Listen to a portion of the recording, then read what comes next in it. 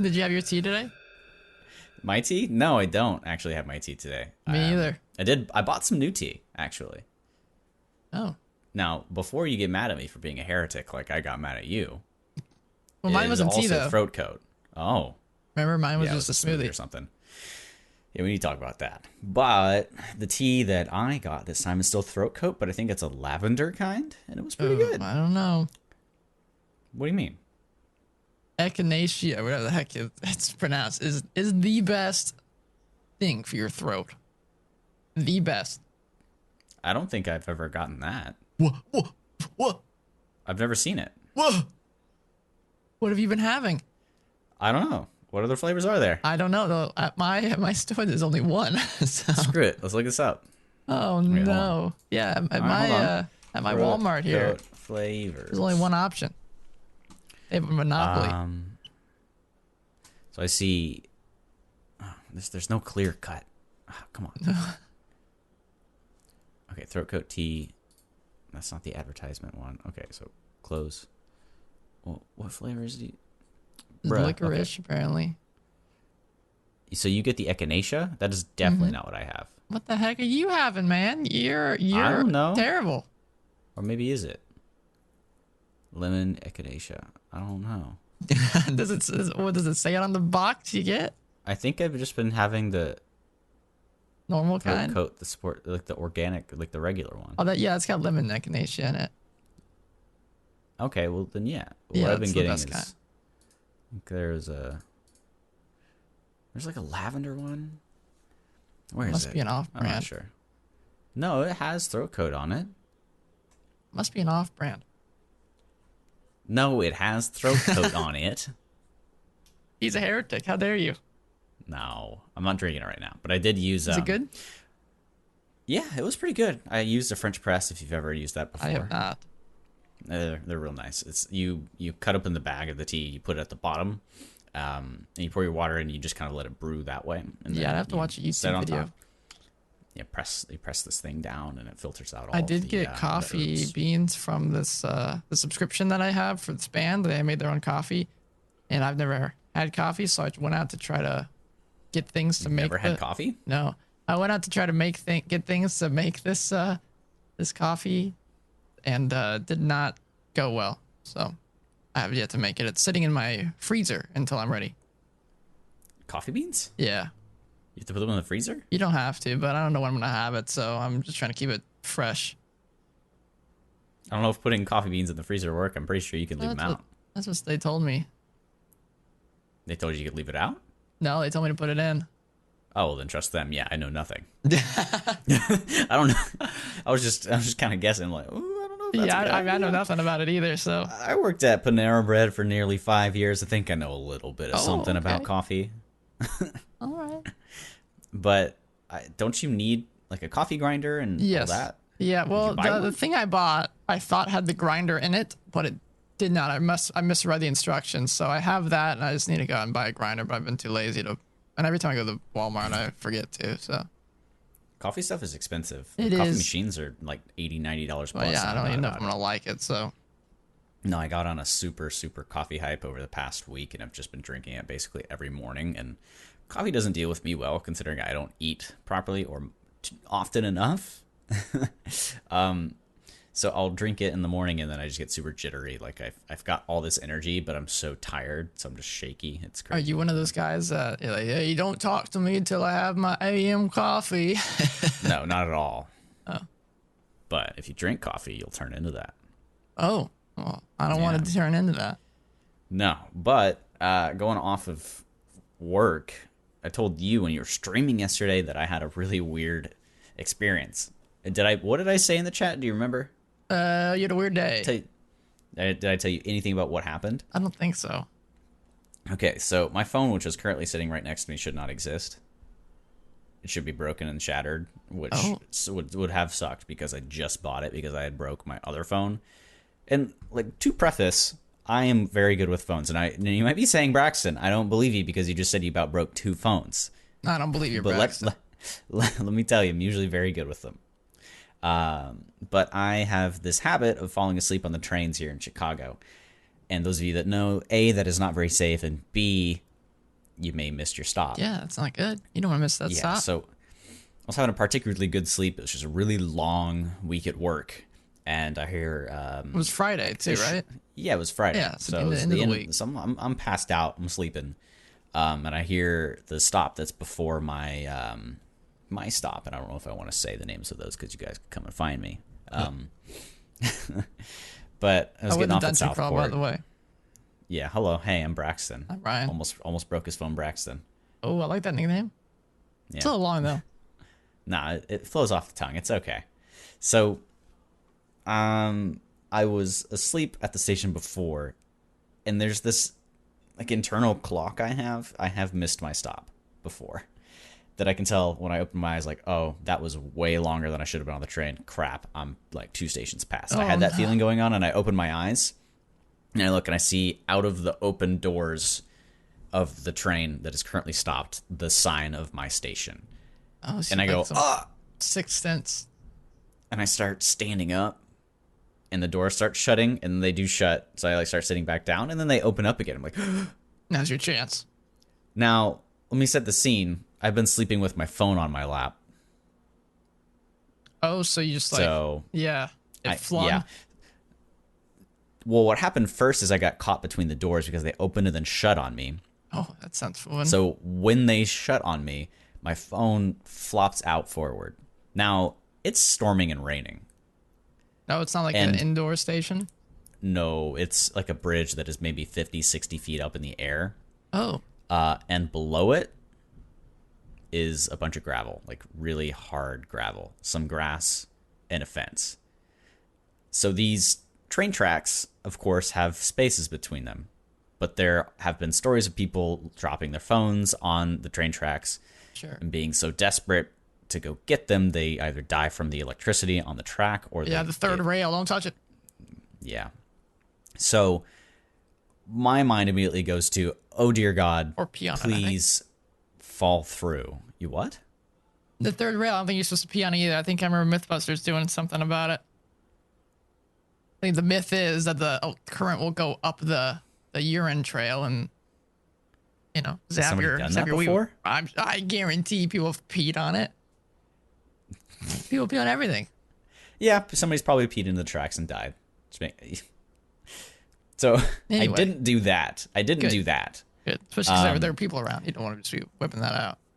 Yeah. So somehow I managed to get out of the train and onto my stop. And I look in the window and I look down and I see my phone falling, but I don't see exactly where it goes. And I look at the guy and the guy that's kind of squished in because the train's packed, and he kind of shakes his head and smiles. He's like, been there, pal. And my phone fell while the train is there and starts going off. And then immediately it starts pouring down rain. Good timing. So I can still hear the music I'm listening to. Is So I all know this my kind of phone is happening like alive. in slow motion as you're trying to reach forward? It felt like it, but I could still hear the music I was listening to because I have AirPods in and they're great. But I'm using an Android, so don't judge me. Oh, he's got some AirPods, this guy. So people are walking by me, and I'm looking down trying to see my phone, and I'm not seeing it on the tracks. And my first thought is that I want it to have fallen through, because if it's on the tracks, Keller told me I would have had to go get an attendant, and they would have had to have stopped all the trains. Oh, you would have been the guy that's causing everyone I to would get have been delayed. that guy. I would have been that guy. Yeah, they would have hated you. So thankfully, my phone landed face down. Not thankfully, my phone landed face down, because that means it may be broken. But the thankful part is that it's white on the back, so I could see it mixed in Okay. with all this gravel. Yeah, If it's it was always a face up, I scary probably thing when wouldn't it's have been able face to. down Yeah. and you gotta, there's that moment as you turn it around, see if anything's cracked. Exactly. Well, at the same time, I've got that feeling mixed with, thank God I can still see my phone and it went through the tracks. But that's a 60-foot drop. Like Yeah. a human would die or break something. So my heart sank. I start going down and weaving through the people on my stairs. No, not my stairs. And the music's still But playing the whole time. The music stops because I'm going horizontally. To get to my phone, Okay, I had so to you go get out of range. a few feet far away. And I get out of the rain for a little bit because there's a canopy over the steps. And I step onto concrete, and then there's a good, probably 100 feet in front of me where I have to start looking for my phone on this gravel. Are Androids Under all water the train resistant? tracks. Yes, mine is Good.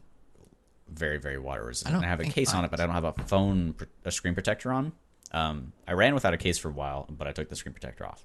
So I start running around hoping that nobody, A, picks up the phone, and B, that it's not broken, which I all but assume that the screen is entirely destroyed. You at this point, you've given up all hope. You're It just fell happy you 60 have feet your out of phone. gravel. Yeah, you're just happy you got a phone. Exactly.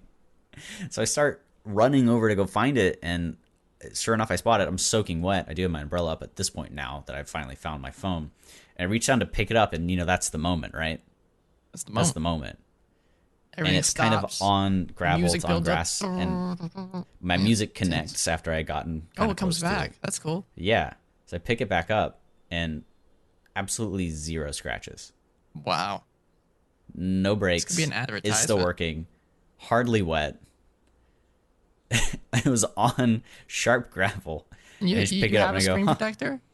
No, I don't. You don't. Yeah. What There's Android there's phone not you a got? single scratch. The Android Galaxy S10e, so it's the smaller Pick it up flagship now, version. everyone. Use code Pick it up now. Dungeon Crawl. No, We don't it's have that. far But too- hey, Samsung, sponsor me.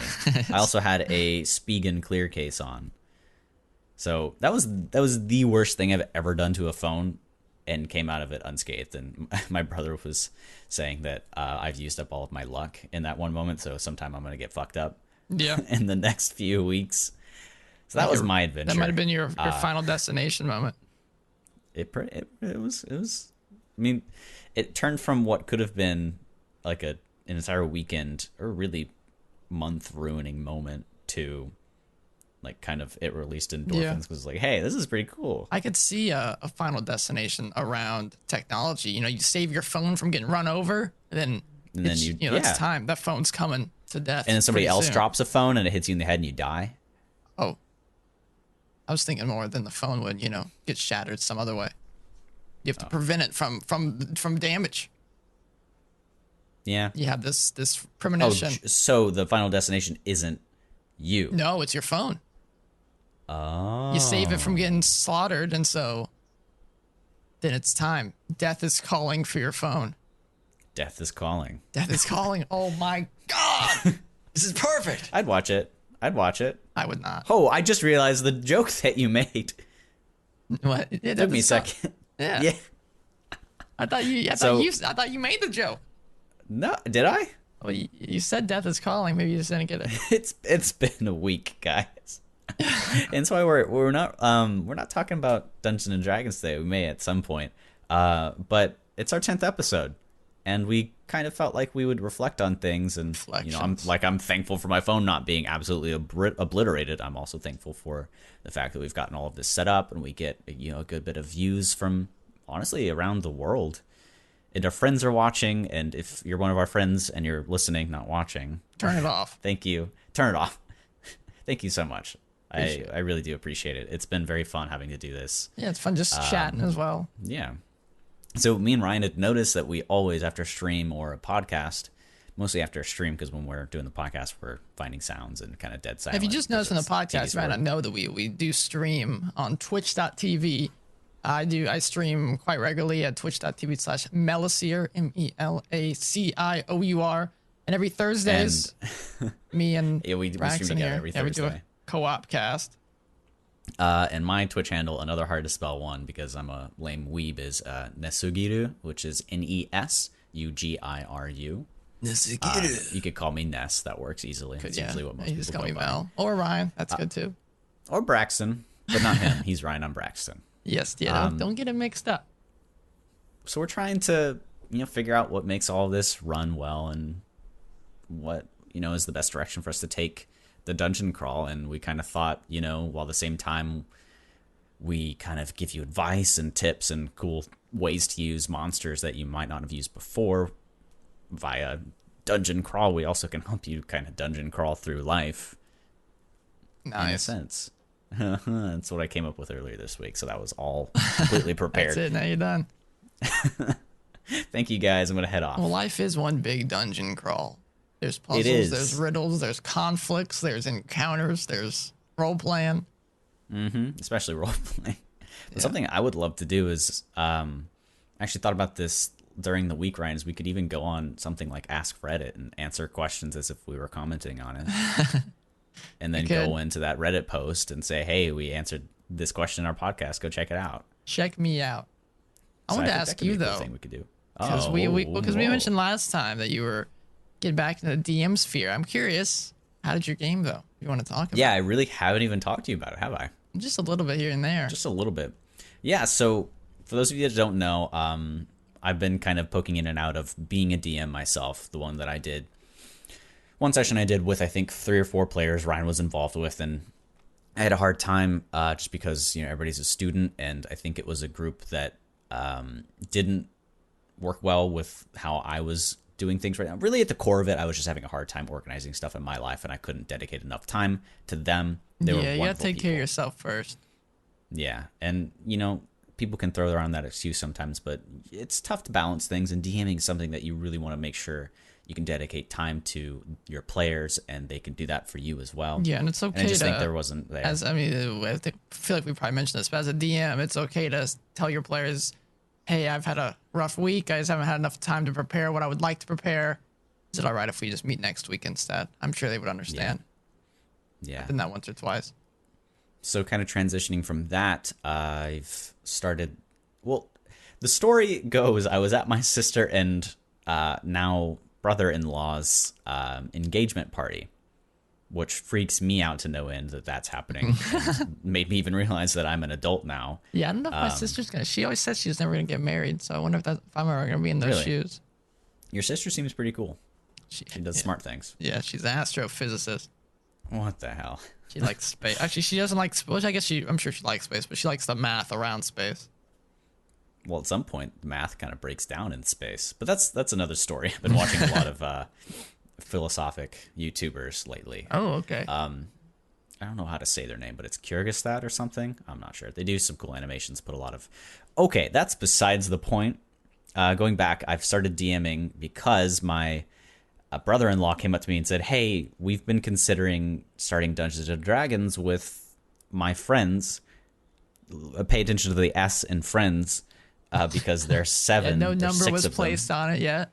No, there's including my brother-in-law. There's 6. There's 6 of them, so including him. So 7 of us in total with me. And Wow.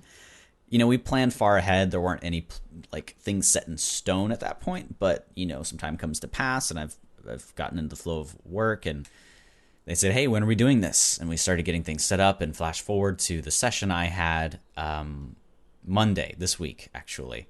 I'd done some prep, and I'd used... Ryan, please tell them the name of the YouTuber that I can never remember that Matt I watched all Colville. the videos from. Thank you, Matt Colville. He helped me out a lot. I actually used he's one great. of his makeshift modules.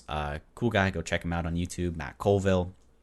So I set all this up. Made some great modules as well for strongholds and followers. You guys should check that out too. He makes a lot of stuff. Ryan knows way more about him than I do, so we could probably talk about him in a second. But the session, after I'd gotten all my D&D prep done, I used a lot of the stuff that we talked about in our previous episodes, Session 0, Session 1. Go check those out if you haven't. But it started out, and everybody's kind of like, what's going on? What do we do? And the best thing that I saw to do was have them start smack in the middle of action. They were on a carriage going to this cave, and I don't want to go too much in the story because I've explained it all to Ryan already, and it's Well, yeah, you can kind of explain to them now. convoluted. Okay, you know what? Let's do it. So there's this town, and they're set in the coming of age festival for all the children in the village, and what they have to do is slay a goblin in this arena, this monster arena. So all of the kids in the town have to get together and slay a goblin themselves. Now, did But you get the ideas from you, or just kind of start kind of piling things together and realized, okay, there's this village, and then there's fights in the village. Okay, where they get the fights from? Goblins. Where Yeah. are the goblins from? You just kind of went out from there. Did you get it? Idea it was from like specific- that. So I Okay. knew I wanted there to be like a crucible or sort of arena set. Yeah. And then I was like, okay, well, they can't fight anything that's insanely strong because they'll die in their level Yeah, 1. yeah, Granted, there's 7 of them, yeah. 6 So of strength them. in numbers, but even still, Even still, one of those guys can die. And yeah. Just start ruin picking the dudes fun. off with each roll, Yeah. So I was thinking, or a how dangerous could AOE they- effect. Yeah, that'll definitely ruin them. I'm paying specific attention to monsters right now. Yeah, That's a you big got it at portion this of it. level. So I was thinking, where do these monsters come from? Okay, they come from a cave out in the town.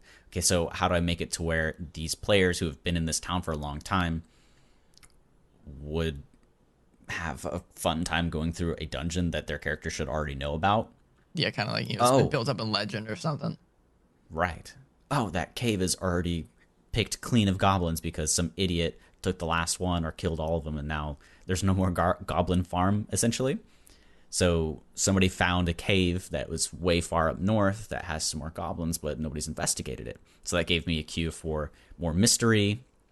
And I guess I shouldn't go too in depth because some of them may be listening, but they started on a carriage with the sort of MC/coordinator of the arena, this big orc dude, and I have his name written down, but I can't quite find it. I'm gonna need to start taking notes, Ryan, or else I'll forget definitely. stuff. I think it's a great way to make up things, because we'll probably have a whole world building podcast at some point. But I think it's super cool to. I mean, at the end of each episode, usually we'll have this roll table. We'll kind of make something up out of it.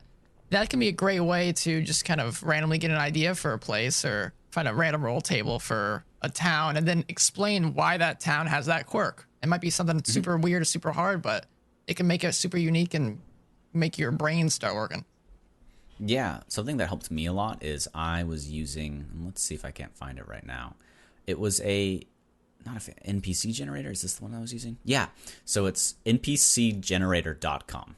Nice and easy. Yeah, very easy. And yeah, have you used it? I don't believe so. Doesn't sound familiar.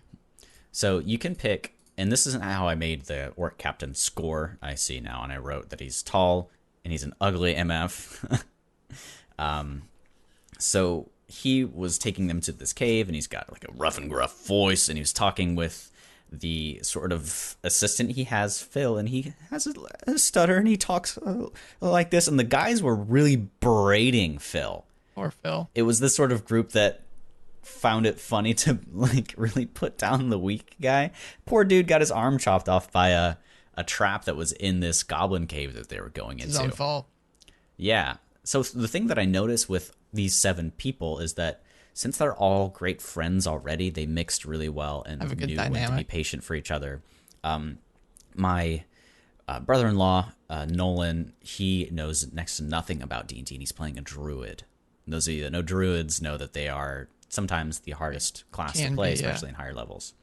And as somebody that doesn't know how spells work, let alone combat, it was rough for him to figure all this out. And he's the one that's got the most time restraint in terms of meeting with us. So it was a lot of coordination and making sure that everybody was okay with him being a bit late and figuring all the stuff out. Combat slowed down a bit here and there, but all in all, it was really fun. There were jokes that were thrown around, and it was a really great time. And all my stress that I had prior just blew away. Now, I'm curious, because you've only ever run games online. How do you, what do you think the difference is between, in person at the tabletop or using some PC program? So I miss, and this was simply over Discord. It was complete theater of the mind. Okay, so you didn't use Roll20. No, because I quite frankly, Roll20 is a monster that I'm kind of scared of using. And I'm planning on learning about it before our next session. We do this bi-weekly, you gotta pay for. Yeah, I did pay for it. Yeah, so that's taken care of. So I'm going to learn for it. Yeah, he's got to learn it. Right.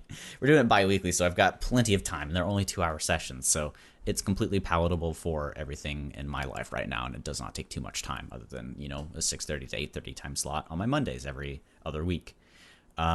So the things that I miss, and I think this can answer your question, are being in person, being able to use my body, and seeing them, and being sort of...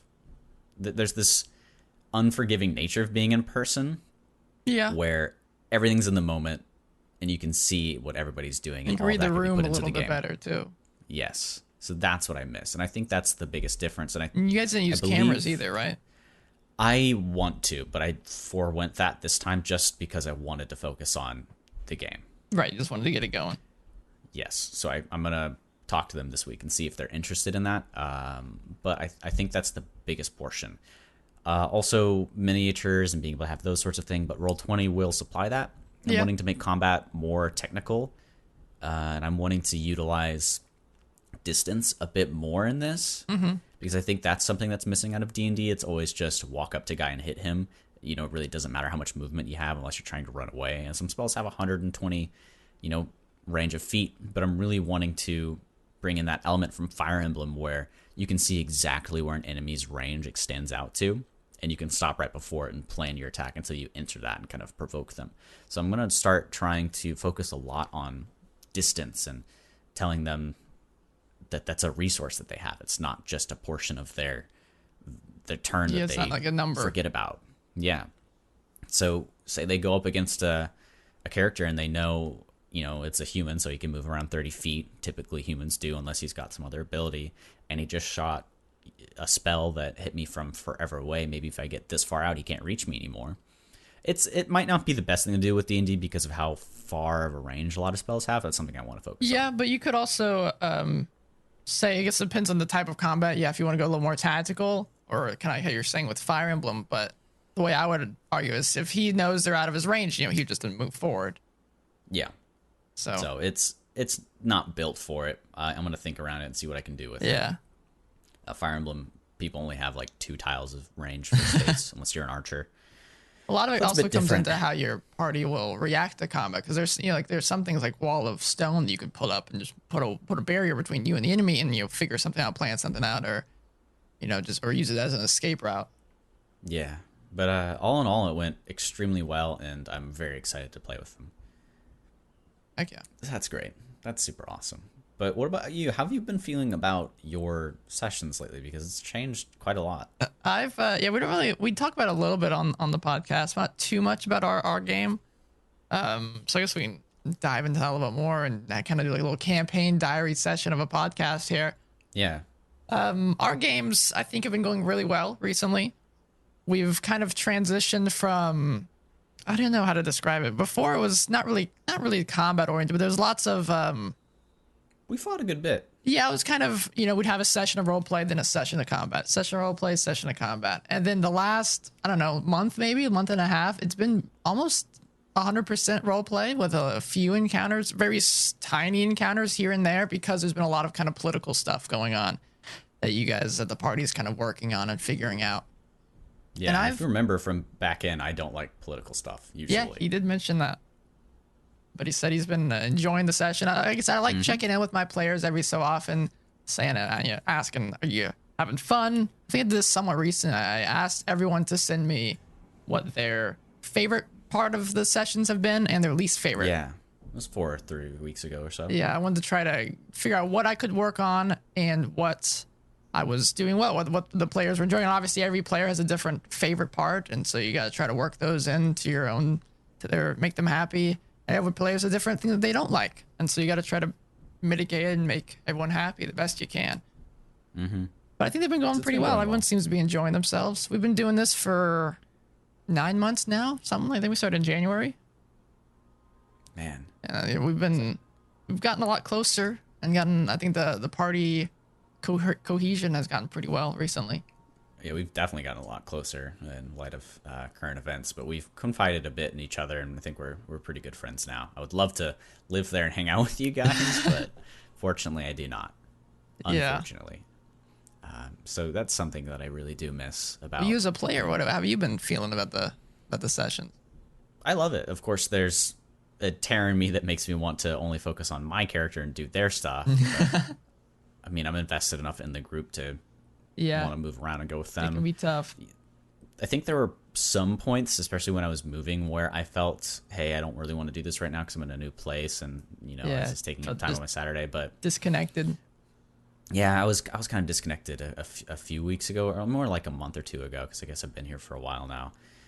But lately, I don't know, I really enjoy it and cherish the time, and I do wish I could be there more often in person, but it's something that I don't ever want to skip. If somebody says, hey, Brax, you want to do this thing? Or my mom or my brother have a thing that's going on, and they're like, hey, let's do this. Or, I'm like, I've got D&D. It's really important to me that I don't miss that, because I really appreciate the time I have with them. Yeah, putting that time and making that kind of a part of your schedule, I think. We talked about our scheduling. Kind of now we're going back through our old episodes. Scheduling episode that's a huge one. Once you start making it a part of your weekly schedule, I think it really kind of starts to change the whole atmosphere. Absolutely. Well, I mean, everybody out there, think about your usually your Saturday. What are you doing at? We usually start at like what 4 to 5 4 to p.m. and 5, play yeah. until 9 or 10. What are you usually doing during those times? It's a Crying pretty alone at important home. time. Yeah, that. I can suggest D&D that may help you. That could, yeah, get you some. I think Find a it's group great for, online. and we've done this before. We might have a full episode, or at least talk about mental health and stuff, how D&D can help. And just the easiest one is, I mean, having a group of people to hang out and chat with. Yeah, Getting out, that getting can be social. the biggest step, though. Yeah. Is the fear of talking with people, but I can definitely recommend it. I've never delved too far into the dark side of my mind. Thankfully, I've been going through with a lot of things that I enjoy and being able to feel happy. But there are times when I'm down, and getting into D&D can be kind of tough, especially when you're the only one behind the screen. But usually, at some point through the session, I get really invested into it, and it's just a lot of fun. It's just So a good definitely to think kind that. of lose yourself. And, if you're, let's say you get depression or something, you're not happy with your current situation. Here's 5 hours out of a week where you can just not be yourself. You can be, Gartho, the goblin fighter or something, Ooh, let's generate a random NPC. Who are we being? Random NPC. Who are we right now? Description: Arlel Aldarina is a 92-year-old female elf Yeah, it sounds like an elf. furrier. She has short, curled red hair, green eyes, and has rough green skin. She stands 5'1" and has a lean build. That's a pretty Has an small oval, elf. Extremely fanciable face, and is easily out of breath. Personality traits are: she loudly worships Angarad, goddess of spring, fertility, planting, birth, defense, and wisdom. Chaotic good, for those of you that like that. She always plays fair, is very pessimistic, and sets up local dance clubs. See, how fun would that be to put this person in your Even, world? I mean, She's got- that sounds yeah. great for like just an improv person. If someone wants to chat with a character, like, oh god, I have no one here to generate. Okay, here's Erdar Hammermail. Yeah, and you can even pick the race, sex, alignment, plot hooks, and occupation specifically, or you can leave those at random. It even gives you the ability scores: strength, dexterity, constitution, intellect, wisdom, charisma, in this order: 10, 7, 17, 13, 14, 17. It even gives you that she's straight and single, and it gives her alignment tendencies, that she's got 4 in good, and 2 in chaotic, and 4 neutral, and there's a plot hook even, and she is in dire need of some dragon blood. Oh, I wonder why. And that can be a whole idea that you go off on. Don't know why I got into this, but this is npcgenerator.com, and I love it. This is Yeah, how it's I good fill my stuff. village. That's how you. Yeah. So how did you go about prepping a town? Yeah, so I went off of what Matt Colville, it's the first time I remember it, Nice. did his. Let me pull up my OneNote, wherever that is. So I started making a spreadsheet, and you start off with sort of occupations or buildings that need to be in your town. Yeah. Go back here. Sample adventure. Things that kind of the town's built around. Absolutely. So that's the Daily Tomb. Here we go. So I started writing first town, and I made a Excel spreadsheet with about 21 entries and then 4 columns. So inn is in my town. There's stables, an arena, a graveyard, armory, a goblin armorer, a fortune teller, general store, baker, mill, hunter's home, blacksmith, church, prison, inn, training grounds, bathhouse, and the mayor's house. For each of those, I put the primary NPC that would be there. So for the graveyard, main dude. yeah, and I'm using OneNote, and it's this great tool that Ryan has been using, and I had used actually for a long time to record what anime I've seen. Weeb. So for the graveyard, there's a hyperlink for Prose 2foot, who I have got listed as a female, and it's the description, very similar to the NPC generator. You're able to export that and then copy paste it here. Beautiful. So if my players get to the graveyard and I want to know who Prose 2foot is, I've got the description right there that she's a 53-year-old female Lightfoot halfling grave digger, and then there's a bunch of descriptions about her face and what her stats are, her relationships, who she's connected to. The plot hook is that I'm not going to say that because my players. Yeah, But for my that's how I went about NPCs, it. that's kind of what I do too. Yeah, I'll have a small little, have their name obviously, then it'll just still description on what their voice will sound like, and then what the players will see just immediately, kind of their little quirk or specific thing about them, and that's about it. Yep. And that's pretty much all I did, is filled in as many names as I could for these places and tried connecting my NPCs to each other in this town as much as possible because they've been living here for a long time. Yeah. And as the game went Did you on, I talk to them? realized And say, hey, you might know this guy. You might know that guy. not yet because that wasn't necessary for the first session. Yeah, I you guys really weren't tried there. to make it as much as like feeling out D&D as possible. That was my session 1. Just so kind of next a time- typical, stereotypical D&D session. Yeah, but I will need to let them know who these people are because we only have 2 hours for a session, so Mm-hmm. we don't want to spend too much time on introductions. But they would know them, so I'll go through that and let them know eventually. And this is something that you and I touched on before, Ryan, is how much leeway do you give to players' backstory on the fly? And Yeah, I this made was this last point, session, yeah. and let me go back to the Discord chat and see if I can't find this. But one of my players had he's a sassy guy, so he of course threw out, I know a dragon that owes Just me trying to 2 push it. million gold, and I went, okay, no, I can roll with that actually. Is this what happened? This where you got the idea for asking me that last time, or did this just come up? No, this came afterwards actually. That's hilarious. So I can't find the chat in Discord right now, but he said, yeah, I know a dragon that owes me, or he said gave me 2 million gold. I said, okay, I'll level with you. And he was just joking. I said, there actually is a dragon in the village. Like it worked out perfectly. Let me see if I can't find him. And everybody saw this, so it's okay if I say this out loud. I don't know who it was, but one of their plot hook was like, is actually a blue dragon. I can't find him. But I went, okay, yeah, no, there's a person posing as a dragon in this village. We'll say that he promised you 2 million gold for a certain thing, but you've yet to receive it. There we You go. have to you have to do something for him. Mm-hmm. Yeah. So I granted his wish, and he's like, I was just kidding. He's like, nope, it's in the game now. Boom. Sorry. So really, Don't with joke with Dungeons your and DM. Dragons, don't joke. You can set up anything.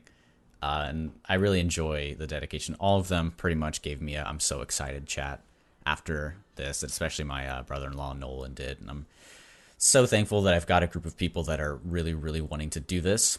And to preface, the group before them also did, very much so. And they're some of my favorite people in the world. If you guys are listening, I don't know if you listen to the podcast, but I really appreciate you guys, all of you. You're wonderful people. But it just didn't work out because of the amount of effort I could not give to them, quite frankly. But I'm so excited. Despite there being 1, 2, 3, 4, 5, 6, 7. Actually, there's 7 of them. 7 players and me. It seems like it's working out well, and it seems like they care Yeah. about the world and the plot and stuff. I'm very excited. I told Honestly, you we about should this. maybe have a world building podcast pretty soon, so we can I'm gonna chat need about chat about what to make, what to focus on. Well, I kept running into problems because, making a world, there's a lot of things that go into it. And Yeah. if you try to bite them all down at once, saying Yeah, you need a don't do world that. map and you need a local group of towns, you can't. You can't. Start you have to start small. extremely small, and Just go like, out from there. Yeah. Tell them about your thoughts on that and also what kind of Matt Colville says in his videos as well. I mean, you could if you're feeling if you're the type of person like I. We talked about this briefly, I think, last time as well, or maybe it's some other time. But I like if you make a map. I'm a big map guy. You could just make a random map, and then if there's some weird formation, or add something cool to the location, or look something cool to the world, to the map, then explain why that exists, explain what's going on there.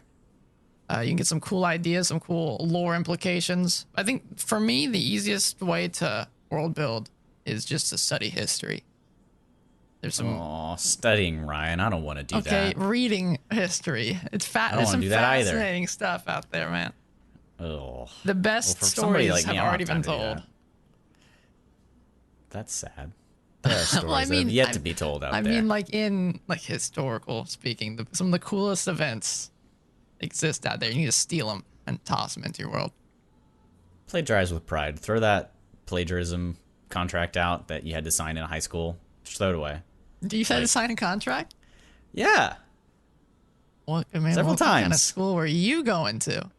Well, it was more like a promise, but it was an actual thing we had to sign every year, Right. especially in English class. And it can be kind of cool too to put something in from a game or something, and then watch as one of your players, right, goes, that's where this is from. That's so cool.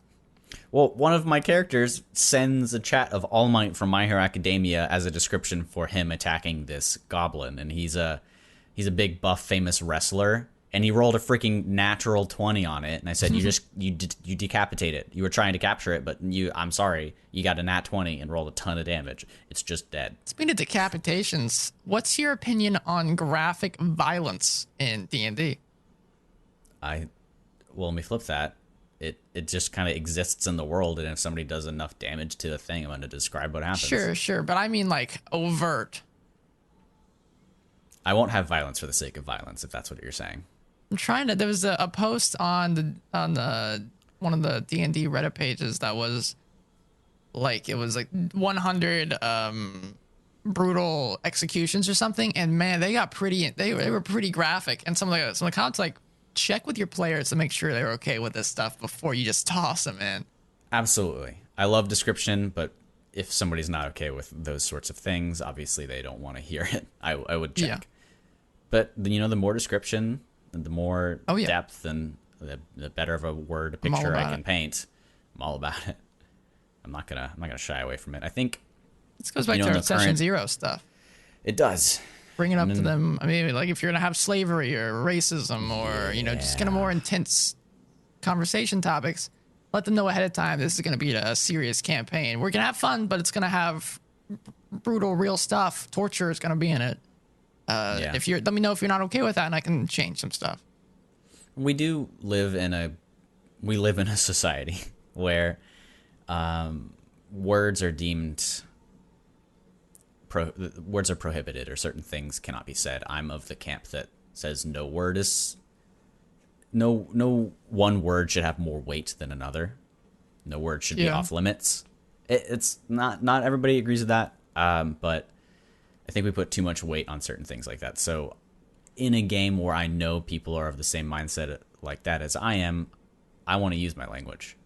Yeah. Or I want to use, I don't like restrictions. I get really annoyed because I'm a part of a club here that is about mental health stuff. And we're trying to think of ideas and what we can do, event topics and whatnot. And I brought up movies because I love films. And I think film can be a great way to experience something that maybe you don't understand. And that's a great way to kind of figure out what, if you don't know what schizophrenia is like, watch a movie where a guy has schizophrenia and or play Hellblade and experience what it's like. But I brought up one of these films. Actually, it was someone else brought up I don't remember some anime film. I don't remember what it was called though. Or else you probably know what it is. I don't know. It was about a deaf girl. Oh yeah, Koi no Katachi, or I don't know what the name is in English.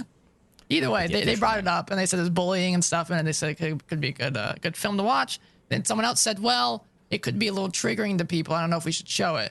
And I immediately stood up, was like, well, I think it's good.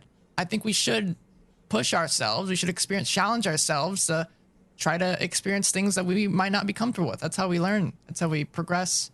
And so I love having intense things in our games. And I think it's a great way to work through it's a great, fantasy has always been used as an allegory for the real world in many situations. Mm-hmm. Sci-fi as well. You can go back to some of the old Star Trek episodes and movies, and they're dealing with racism or specific things that are brought up all the time, and it's a great way to work through these topics without actually tossing someone into it. Right. I think both me and you are fairly opinionated individuals, and I'm glad that we agree on putting society or yourself in a protective armor behind all of these words and maybe racism. And those are terrible things, but being so afraid of everything and putting yourself behind this wall only softens yourself to everything. You're never going to learn. You're never, ever going to learn. You've got to be willing to let things attack you and hit you. And the only way to get rid of being triggered by something is facing it. And I recognize that sometimes past experiences are so traumatic that it could possibly kill you to interact with that thing. But you've got to let a hole in and slowly build. You're not going to get calluses on your fingers by not playing the guitar. It's always going to playing the guitar is always going to hurt unless you practice. It's that sort of metaphor. Yeah. And I'm not saying, I want to make it clear, I'm not saying these things are okay, that it's if I think the only place that I kind of stop myself from including in game is describing, like, if there's sexual violence going on. I'm not going to describe that. You might run into someone Yeah. who has experienced that and they're traumatized by it, and you could have to work through it. But I'm not saying that, this is stuff. It's just to kind of play in game. It's going to be dealt with in a serious manner no matter what. I don't think it should be made light of. Yeah. It's that whole idea that shock factor is a thing and you should never use something for the sake of using it. Yeah, especially something as serious as these things. Yeah. Just using rape because it's impactful is terrible. Don't do Like, that. I read this either.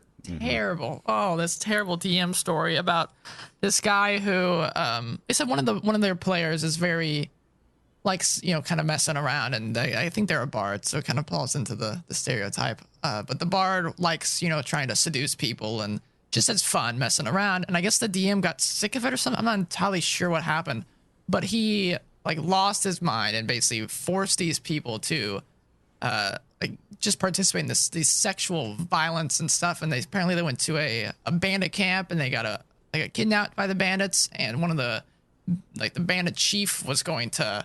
They said, you can either I can either kill you or we can all have a go at you, more or less. And they're like, seriously, dude, this is the game. And all the comments like, you just need to leave this. This is not a good DM for any of you guys. My God. Yeah, don't do that. That's a prime example of what not to do. Yeah. Man, but I always forget that things like that happen out in the world. Yeah, there's open yourself up to experiences. Some bad D&D Just stories. Not that one. I would say, there's that famous phrase that bad D&D or no D&D is better than bad D&D. Perhaps. So you'd rather play a bad D&D session than not play at all? It sounded like you were saying that and agreeing with it for like being devil's advocate. I do not agree with it. Oh, really? Meaning I would not play bad D&D. Wait, did I word it wrong? Yes. No D&D is better than bad D&D. That's right. Maybe I heard it wrong. Maybe. I might have stumbled on my Perhaps. words. But yeah, no D&D is better than bad D&D. Get out of bad sessions, and if it's the only session you could possibly be in, it's better to not play. Yes, I can confirm I probably heard it wrong. So I agree with the statement. Those of you that were scared for a second, please reel it back. It's okay. Yeah, I wouldn't want to be a part of a group where I was forced to. And again, it goes with our, hey, don't force your players to do something. Don't give them an A or a B. I love those characters and stories that are so headstrong, and somebody says, you either, she's dead or you surrender to me. And he goes, well, I'm going to make a third option because screw you. Yeah, I don't want to fall into your box. What's the option for saving her and leaving here alive? Well, there isn't one. Well, I'm going to make it. Kind of a real example from our game is the party had gone into this place called the Miasma, which is this breach between the planes. And I had a NPC there who was kind of doing some nefarious stuff, but was also kind of possessed by this thing. It was a whole deal. And they killed this guy. And in my plot line, my story, I was like, okay, this guy's dead. What do? I thought they were going to maybe speak with his dead body, but they decided to use one of their diamonds to bring him back to life. I did not see that one coming. Whoa, yeah. I didn't know that. No, I just didn't cross my mind. I didn't expect, because they were able to get quickly and revivify him real fast. Because I do the same stuff that Matt Mercer does for his resurrections, because I think they're great, is kind of making a whole deal about it. But Revivify is kind of the one that is kind of exempt from the rule. That it's still possible that it fails, but it's not like a ritual you guys have to do. So even not knowing him, you're able to revive him back pretty easy. And yeah, that kind of put a little schism into my plot lines. Like, okay, this is kind of cool. Let's see where it goes. Don't be rigid. Don't be rigid. Yeah, things that have come to pass are all new from that perspective. Then. Yeah, there's a whole other universe where this one guy is dead and everything's fine. But no, the revive happened, and now things are going nuts. Now I have a ring that speaks to me. Well, you probably would have had that anyway. Still, I have it. Because you killed him. I love it. Yeah. My character is not the one you want to give cursed items to. Somehow he's managed to have this ring, and the party. It's fun having players that will interact with quote unquote cursed items and mess with fun things. Oh, I'm kind of rubbing off on the other people because they're starting to do it too.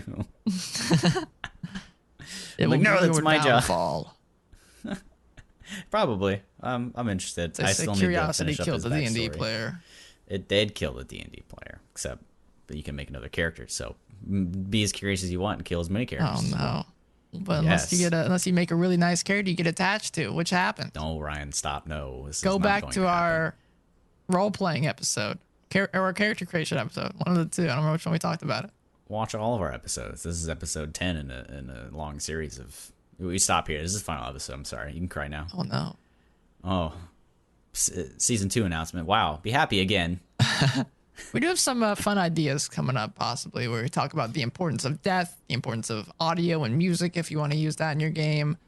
We're probably gonna Yeah. have some more monsters that we'll chat about, how to spice up combat. I'm curious now because you ran a Theater of the Mind game. I'm curious to pick your brain about some Theater of the Mind stuff.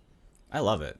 Yeah. But, your players want to know how far they are from a Yes, goblin. it can be tough to so keep they everything can in your hit them. brain. It was okay for this session because there were only 2 goblins and there's only ever been a maximum of 3 monsters in front of them, so it's not been too tough to just say, yeah, you're 30 feet away from him, hit him. Yeah. But next time I want to make sure that they've got that outlet for strategery. Strategery. Yeah, I've done it. Gotta let them use their brains. Yeah, we do some Theater of the Mind in our game as well. And you almost, I mean, you can kind of see the map, but you're almost 100% It's pretty much Theater all of the Mind. Theater of the Mind. Yeah. Pretty much. But I definitely use it for if it's just a hallway, there's one enemy at the end of it, or something that's very easily explained. But sometimes things are a little more. We have a map there, and sometimes it's a little easier to just let me draw this out for you guys real quick. Yeah. You guys are asking me so many So- questions. It's easier if I draw it for you. I suppose from this point on, we're going to add a bit more waffling to our Awful. podcasta. Pasta. That's a great type of pasta. could do I'm with not some sure pasta. if. Yeah, I need some food. I haven't eaten today yet. But I think. I don't know if we're going to have a separate 30-minute short episode where we just kind of talk and keep the D&D stuff at the forefront, or if we're going to kind of transition and make it all just. We talk about Maybe we'll start with D&Ds. D&D at the beginning, have a specific topic, and then just kind of branch off. My brother said, I mean, what are people who play D&D doing, 90% of their time when they're not playing D&D? Living life. Living life. And that's what we do too. And if I can tell you about my terrible stories of me almost destroying my phone, I'd love to do that more. I What really about the enjoy other 10%? the other 10%. That's D&D. Oh, they said 90% of the time they're not playing D&D. They are. Oh no. Well, yeah, 90% of the time they're not playing D&D unless they're psychos. You're and right. They really enjoy I it. understand that. Yes, we fumble words. Are we gonna do rolling, or we're just gonna go off here? I don't know. I feel like we've used this table quite a bit. Yeah. Well, no, that would be really tough. I don't want to do that. No, it's right. What is it? Well, we could use I'm this curious. NPC generator and interact with each other as 2 NPCs. I do that all the that's- time. We could. That's very It's very just vague. two What we talk about. NPCs. What would we talk about? Like she needs some dragon blood. I don't know. Well, you just know told what? me the plot hook. I can't know that. This is a spoiler. Well, we'd make another one. We could also let me see what's on Ask Reddit right now. Yeah, let me generate. I'm gonna see what I get here. NPCgenerator.com. Okay. Ask Reddit. Oh, cool. Redditors Even there's a little description of their voice on here. Yeah, At least mine did for this guy. sometimes it does. So posing another option is this Ask Reddit post by user. It had to be this guy. XX capital X Kush _ Captain capital X XX. Kush Captain. Kush What a Captain. name. Thank That you, sounds like a user rap Kush Captain. name, dude. Redditors with good eyesight. Ryan, would you consider yourself someone with good eyesight? Yeah, everyone else in my family has glasses and I don't, so. I am the same. What is it like to be able to watch your haircuts in progress? That's actually a funny story. I can't. What? Where I get my hair cut now, he turns me away from the mirror. So I have no idea what's going on in my head until it's over and he turns me around. Silver Rapid says, also, are you able to comment on the back of your head when they show you in the mirror? I see a blur and say, yes, it's fine. I don't know what this guy's up to. I'm gonna be honest because I thought when I was first there, I thought it's just he needs some more extra space back there, but there's less space by the mirror. I don't know why maybe he's self-conscious to see himself in the mirror too. It's really weird. People Haircuts are a source of anxiety for a lot of people. This guy says user underscore Idaho. His name is user underscore Idaho. That. It's so awkward, honestly. I'm so anxious through the whole process about where to put my eyes and if I'm making them think I hate it or whatever because I'm staring, etc. It's the worst part of getting a haircut, almost as bad as trying to figure out what to small talk about. Oh my God, it's terrible. My guy, again, doesn't talk. He doesn't say, like, he says one or two words the whole time. I love this guy. Besides, I'm going to see my haircut. Whoa. Well, you know what? I love Ask Reddit. I want to throw this in here where we just kind of read questions and talk about it. I think you it's didn't great. answer it. What's your answer? Well, my answer, I'm great. I say it. I look and I say, fucking hate it. Really? No, have you actually ever said you don't like a haircut? Well, I'll work on it. I'm a pretty straightforward guy. If they're cutting my hair, I say, I don't know. I think we need to go short here. I guide the process with them because I go in and I'm very vague, so I have to give them. I'm always guidance. you just cut it a little shorter. Just do this, but I don't really know what I'm looking for. Just cut it shorter. I've got really curly hair, so my hair, no matter what they do, will look different from what they planned while it was wet when it dries. Almost always will be too short because hair, when it's curly, gets lighter. Yeah, that's what I hate about haircuts. So, and then look at these great questions that has 2 platinum, 6 gold, and 8 silver on Reddit. What's the weirdest thing you did while you were high? never been high. I've also never been high, but I All have right. smoked. Terrible it is. The cops are. Well, coming actually, through right now. I have this NPC here if you want to do something with it. I actually like this guy quite a bit. Wait, you like this guy? This guy that I got, yeah. So you want to do it? Do you just want to be a random player and I be this guy? Sure. Okay. Screw it. I'll just be Carrion. Sure. So Carrion Okay. is his character from our current campaign. Tiefling Warlock, not crazy yet. He's fairly logical, but insanely curious about everything, and will run into a fight with the demon just to learn more about it. I guess just for the sake of brevity and easiness, I guess you're just sitting in a tavern maybe after a long day. Okay. The rest of your party members have gone upstairs and are sleeping their drinks off, All and right. you're hanging out. No, Carrion's just kind of reading his book, All right. sitting at the table in the corner of the bar. So you hear some ding ding ding ding ding as the bell goes, as the door opens and a figure walks in, and what you see looks to be kind of an, I don't know, almost like a little elderly, half elvish gentleman, long curled brown hair and piercing red eyes that poke out from his it's almost like a little leather mask. Almost kind of like a little leather, not really mask, maybe more like a scarf kind of done up around his face. He pulls it down and you see he's got smooth, chocolatey skin. He's standing he kind of had to crouch a little bit as he walked into this door, probably a little bit over 6 feet tall. He's definitely looks like he's been working out. He's a big buffy dude. His skin is glistening in the heat. Yeah, he looks stunning. Looks like an Adonis. This guy is... Like Fabio. Yeah, this guy's good looking. But he walks in. Excuse me, everybody. The second he speaks, it almost kind of, you have to kind of cock your head at him a little bit to see, that voice should not be coming out of this huge dude. Excuse me. Yeah, what is it? The innkeep yell at him. I'm curious. Has anybody found any of my, anybody that kind of looks like me? You! He points over in your direction. You look like you've been around places. Have you seen? So? Yes, an adventurer probably. Right. Right. It's fantastic to meet you, Destrian Trugast. He reaches out his hand. Destrian Trugast. Yes, that's me. I reach out my hand. Have you heard of me before? I'm sorry, but I actually haven't. I'm Carrion. I'm of the favored few. I don't know if you have heard about me. I have not. I'm actually not from around here. I originally have been from, let's just say, another place. I'm going to do, what's that spell that I do? Yeah, detect his thoughts. You're gonna look into his brain. Yep, screw it. We're doing it right now. Sure. Yeah. Okay. So Okay. you poke into his brain, and he is very curious right now. Very Okay. intrigued on what's on you, I don't give as a well heck. as you keep Give me hearing of wisdom. Earth. Oh, sure. Yeah. Okay, that'll be a 13. Okay, he fails. Okay, so poking in deeper into his mind, those of you who don't know, detect thoughts allows you to look inside someone's brain, and if you push farther, then they know. They know.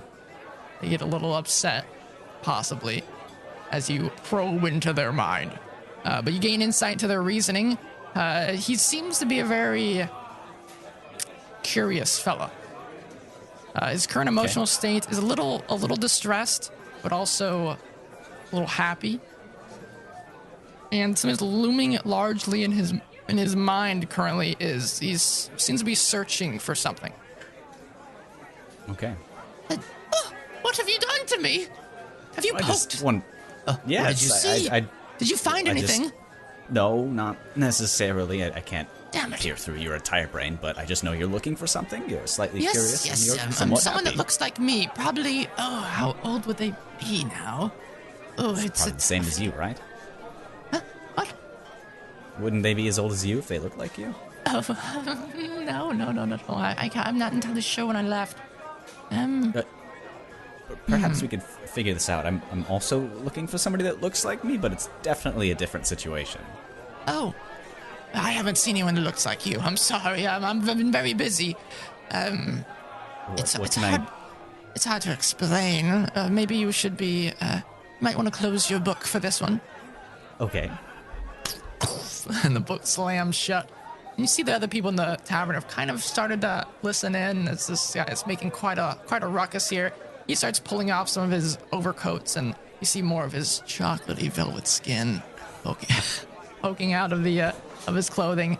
Again, kind of solidifying the fact this voice does not fit this man. So I'm, how old would I be as well? Maybe in my 80s, something like that. My 80th name day happened a little bit back. Time flies, as they say.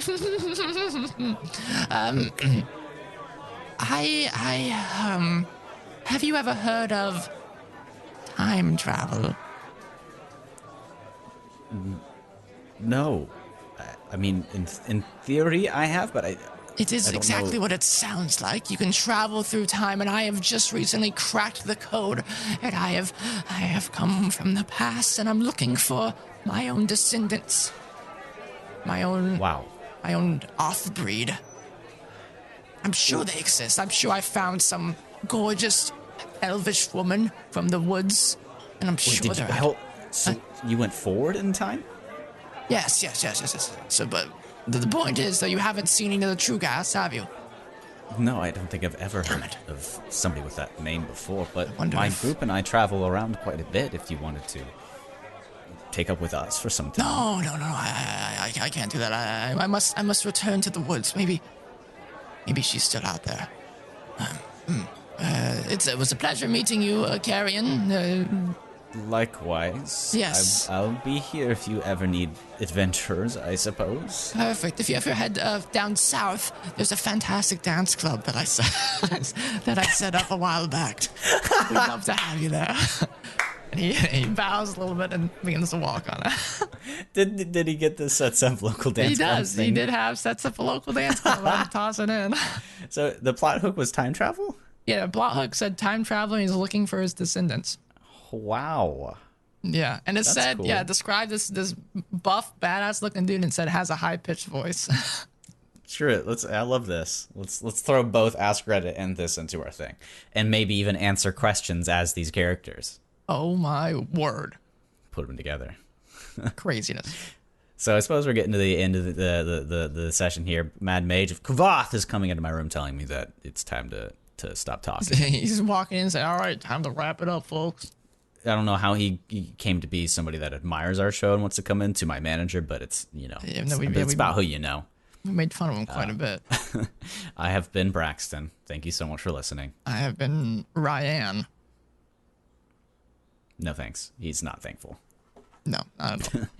But as this is our 10th episode, I hope we can find a new direction to go in. Not that we've lost, ideas. We have plenty of those. Yeah, well, We're just, we might revitalize. We might do some monster stuff coming up soon. There's always some cool monsters to dive into. Absolutely. So look forward to You more of the same fell in content. love with the Knolls. You fell in love with them. Yeah, I'm scared to fight them, to be honest. Yeah, Knowles are coming into my campaign, by the way. Everyone. Everything seems more strong if you read about them a bit. Oh, yeah. Even if they aren't. Especially if they worship Inogu. Inogu. Prince of the Abyss. I love him. Or one of them. He's great. Yeah, Thank you so much, guys.